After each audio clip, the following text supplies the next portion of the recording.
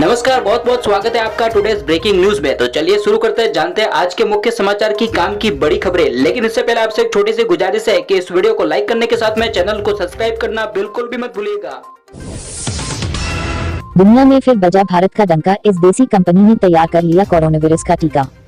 भारत ने अपना दम एक बार फिर पूरी दुनिया को दिखा दिया है। जब चीन और अमेरिका समेत पूरी दुनिया कोरोना वायरस से लड़ने में नाकाम साबित हो रहे हैं, देश ने इसका टीका तैयार कर लिया है। टीका के सभी शोध लगभग पूरे होने वाले हैं। जल्द ये टीका भारत समेत पूरी दुनिया में लोगों की जान बचाने में मददगार साबित होगा।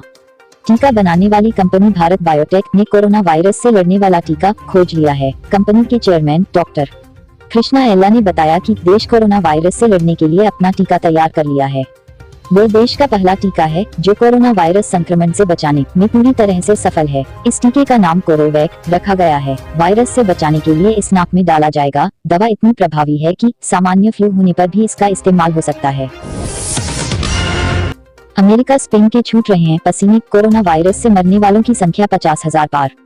दुनिया भर में कोरोना वायरस का संकट और गहरा गया है और इस महामारी से मरने वाले लोगों की संख्या शुक्रवार को 50,000 पार पहुंच गई, जबकि विश्व भर में संक्रमित लोगों की संख्या 10 लाख से अधिक हो चुकी है। इटली, अमेरिका, स्पेन और ब्रिटेन में मरने वाले लोगों की संख्या अब भी सबसे ज्यादा है और वैश्विक अर्थव्यवस्था चरमरा गई है। वहीं विशेषज्ञ आगाह कर रहे हैं कि दुनिया भर में कोविड-19 से 10 लाख लोगों के प्रभावित होने का आंकड़ा को संक्रमण का एक छोटा सा हिस्सा हो सकता है, क्योंकि इसकी जांच प्रणाली अब भी बड़े पैमाने पर उपलब्ध नहीं है। अमेरिका में कुल मामलों के करीब 1/4 मामले हैं, लेकिन यूरोप भी खतरे से दूर दूर तक बाहर नहीं है। वहीं स्पेन में लगातार दूसरे दिन शुक्रवार को 24 घंटे में 900 से ज्यादा लोगों की मौत हुई। स्पेन में इस जानलेवा विषाणु से अब तक 10,000 से ज्यादा लोगों की मौत हो चुकी है।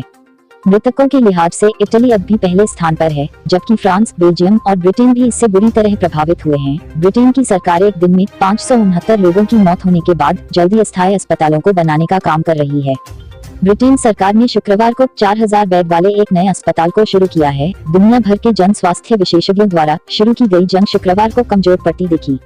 जर्मनी के विशेषज्ञों ने कहा कि नए संक्रमण की दर लॉकडाउन के उपायों के चलते जरूर धीमी पड़ गई है, लेकिन एशियाई देश सिंगापुर ने पुष्टि की है कि वह मामले बढ़ने की आशंका को रोकने के लिए स्कूलों एवं कार्यस्थलों को बंद करेगा।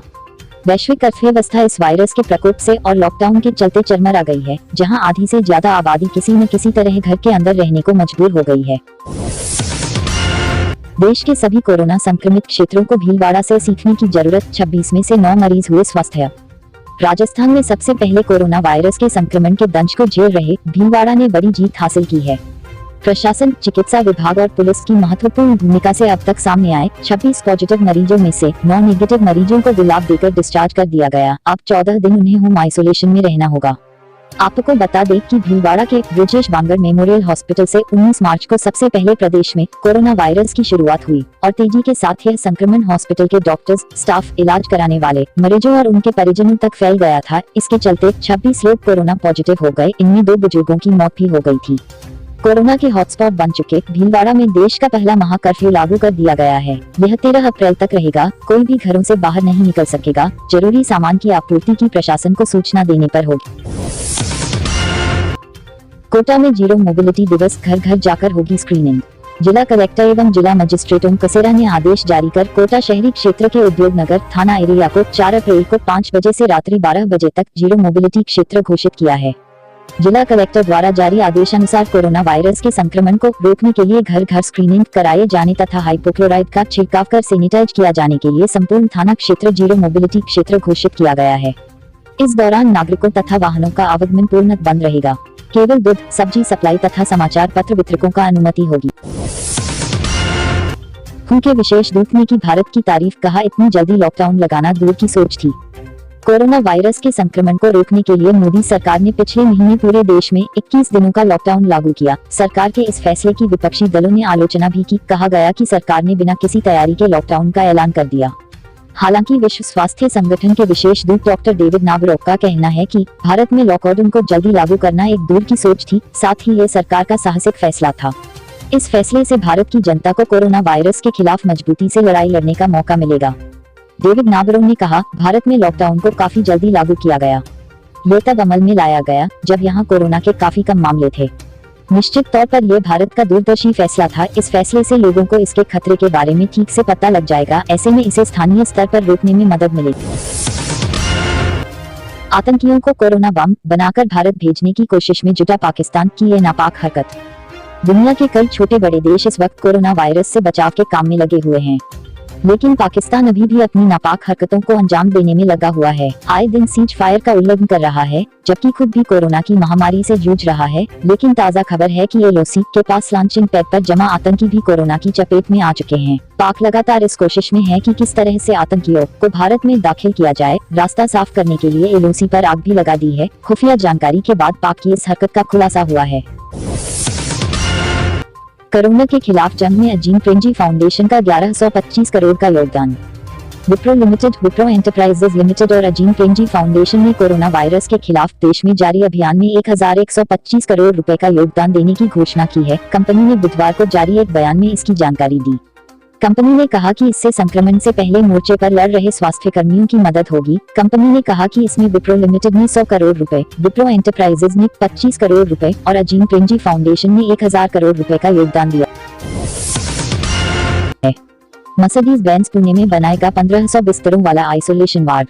लग्जरी कारों की निर्माता मर्सिडीज बेंज ने कोरोना वायरस को देखते हुए एक अस्थायी अस्पताल बनाने का फैसला किया है। कंपनी इस अस्पताल को पुणे के पास बनाएगी, जिसमें 1500 बिस्तर होंगे और यह पूरी तरह से आइसोलेशन वार्ड के रूप में काम करेगा। कंपनी की ओर से दी गई जानकारी के मुताबिक यह आइसोलेशन वार्ड पुणे के पास गांव में होगा, जिसके लिए कंपनी जिला परिषद की भी मदद लेगी। साथ ही मर्सिडीज बेंज के कर्मचारी अपना एक दिन का वेतन मुख्यमंत्री राहत कोष में देंगे।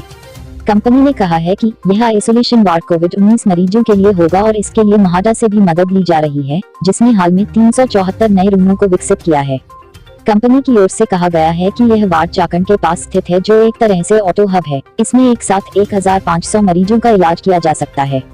कोविड के समापन के बाद यहाँ के सभी मेडिकल उपकरणों को खेत के सिविल अस्पताल को दान कर दिया जाएगा और आइसोलेशन वार्ड की परिसंपत्तियों को ट्राइबल युवा हॉस्टल के लिए दान दिया जाएगा। कंपनी इसी के साथ इस अस्पताल को स्थापित करने के लिए लॉजिस्टिक सपोर्ट भी मुहैया कराएगा। वैज्ञानिकों ने सुनाई खुशखबरी, अब जल्द भारत को मिलेगा कोरोना से छुटकारा। कोरोना वायरस यानी कोविड-19 ने दुनिया भर की नाक में दम कर दिया है। हालात ऐसे हैं कि करीब 180 देश आज लॉकडाउन की कगार पर हैं। इस महामारी के चलते मजबूत और विकसित देशों ने भी अपने घुटने टेक दिए हैं। दुनिया भर में कोरोना वायरस से अभी तक करीब 10 लाख लोग संक्रमित हैं। वहीं मरने वालों की संख्या 50,000 तक पहुंच गई है।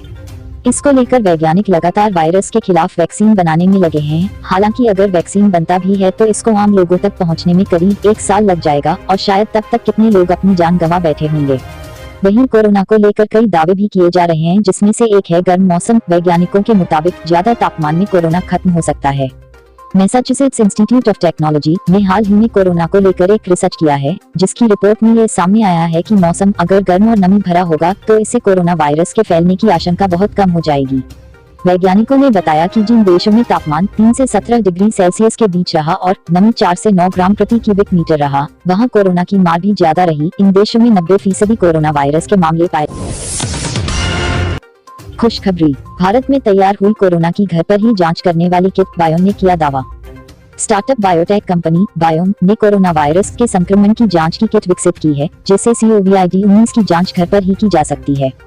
कंपनी ने शुक्रवार को एक बयान में बताया कि रैपिड कोविड-19 at home screening test kit की मदद से खुद ही घर पर कोरोना वायरस के संक्रमण की जांच की जा सकती है। यह किट 5 मिनट में परिणाम बताने में सक्षम है।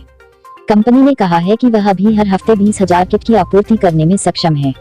कंपनी के मुख्य कार्यकारी अधिकारी डॉक्टर सुरेंद्र चिकारा ने कहा, हम लंबे समय से कोरोना वायरस का अध्ययन कर रहे हैं। हमने यह किट तैयार किया है ताकि इस महामारी के प्रकोप पर अंकुश लगाने के लिए प्रभावी साधन विकसित किया जा सके।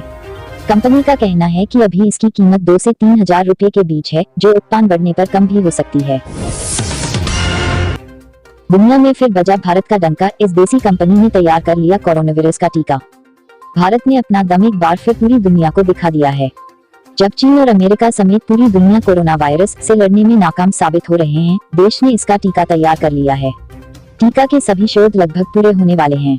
जल्द ये टीका भारत समेत पूरी दुनिया में लोगों की जान बचाने में मददगार साबित होगा। टीका बनाने वाली कंपनी भारत बायोटेक ने कोरोना वायरस से लड़ने वाला टीका खोज लिया है। कंपनी के चेयरमैन डॉक्टर कृष्णा एल्ला ने बताया कि देश कोरोना वायरस से लड़ने के लिए अपना टीका तैयार कर लिया है। वो देश का पहला टीका है जो कोरोना वायरस संक्रमण से बचाने में पूरी तरह से सफल है। इस टीके का नाम कोरोवैक रखा गया है। वायरस से बचाने के लिए इस नाक में डाला जाएगा। दवा इतनी प्रभावी है कि सामान्य फ्लू होने पर भी इसका इस्तेमाल हो सकता है। कोरोना वायरस से निपटने में गूगल ने लिया है अहम फैसला, सरकारों की मदद के लिए यूजर लोकेशन डेटा प्रकाशित करने का फैसला।